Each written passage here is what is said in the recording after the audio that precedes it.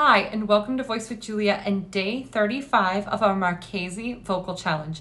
Today, we're going to be looking at inversions again with exercises number 48 and 49. Voice with Julia, change your voice, change your life. The tricky part about these exercises, again, for me at least, is understanding that each of these scales, as we go up in the diatonic scale, each of the intervals in the scales change depending where you are. So it's really important that you feel that anchor of the diatonic tonality as you're going through. So I really do suggest that maybe you play the chords along with yourself so you can feel that pitch anchor.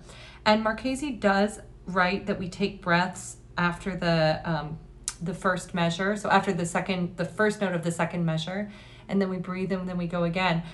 For this exercise, I'm going to be putting two of them together, but if you feel like you need to put one of them and then breathe, that's totally fine. Do it at your own tempo and your own pace. So here is exercise 48.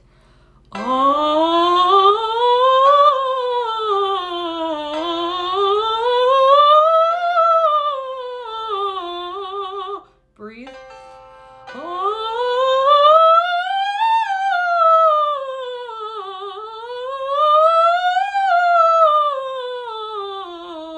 Breathe.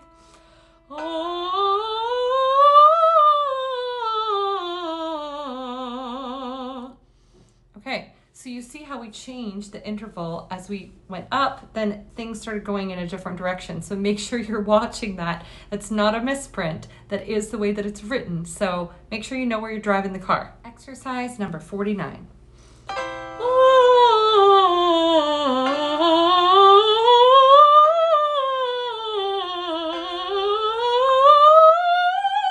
Breathe.